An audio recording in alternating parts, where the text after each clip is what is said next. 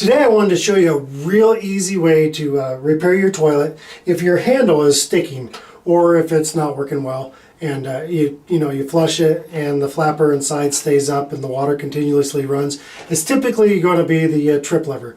A lot of people call this the handle. It can be a handle, trip lever, whatever.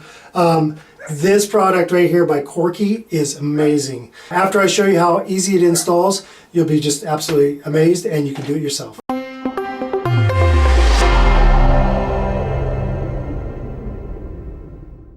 Inside the toilet tank, you're going to have a couple items, actually three. You've got the fill valve, the valve that fills water into the tank. You've got the flapper, which pops up, and that's what releases the water into the bowl so you get a good flush. And then you have the trip lever.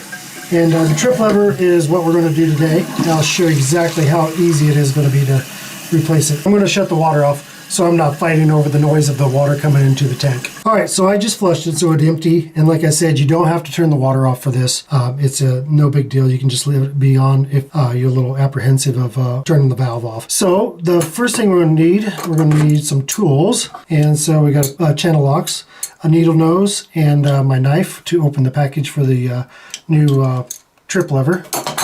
Or handle, whatever trips your trigger. You can call it whatever you want, the up or downer thing, whatever.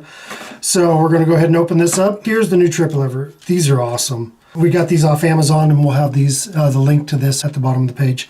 But these are spring-loaded units. I'll show you how everything works once we get this one off and get starting to put this one on. So the first thing we're going to do is remove the chain off the old one. And actually that's where the needle nose is going to come in. So I'm going to take that off, just like that. I'm just going to drop that to the bottom of the tank. Okay, we're going to take this nut off here.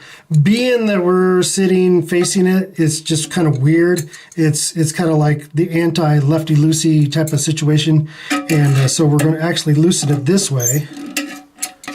And that's just going to come off. And we pull that out. And there we go. First thing I'm going to do, I'm just going to take this red clip off. And this pops off. Easy as that. I'll put that to the side here.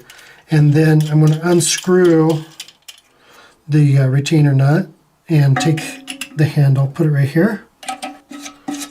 Okay, and we're just going to hand tighten that. They put pretty big grips on that nut so you can just hand tighten it. You don't have to use a wrench.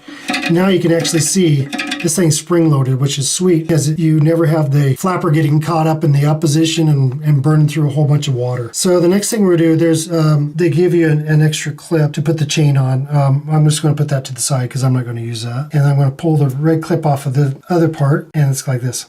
So it says clip here, and that's actually that clip I took out. So we want to make sure that's up. And I'm going to pop that out. I'm just going to estimate where it might go. I'm not going to slip the little clip in yet. Actually, I will. I will slip that in because I wanted to check it out. So we're going to put on the arm, and it says Corky here, and you want to make sure that Corky is so you can actually read it, not upside down. And these are really strong units. They're built. I mean, I've put the on toilets, and these things are super awesome. So we're going to put that down and just kind of make sure this travels. So when we do the trip lever, we want to make sure we don't get caught on the fill valve. And that looks actually like that's going to work out just fine. All right, so I'm going to grab the chain that we threw off, and obviously I am way off the ball here. So I'm going to go back over to this here. I'm going to put it at more of a taller height, so that, and then I'm going to go ahead and clip the clip into the first hole on the arm. Check it out. Okay, I'm going to put this clip back in to actually retain it onto the handle. And I'm going to put this clip back in right here, and that'll lock it in to that. So everything is locked in right now. Okay, on the chain, we want to make sure it's just a dangle. So you want a little dangle to the angle. You don't want it drooping all the way down at the bottom. If it's drooping at the bottom, when you flush it, it could actually, if you get too much chain dangling around, it could get caught under here and just kind of keep that up. So this is about the correct amount. So I'm going to turn the water back on, and I'm going to show you how it all works.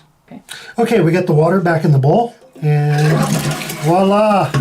See, this is what I like about this thing. I'm going to pull this up. It's spring-loaded, so it automatically pops back down. so you never have that handle hanging up, and like I said, keeping the flapper up, and water going down the drain. The great thing about this handle is that it installs. It's so universal. I don't think there's a toilet that it doesn't install on. Fluid Master makes a trip lever kind of like this, more a universal type, but it has an issue with American Standard. So Corky has overcome that to where it installs on everything.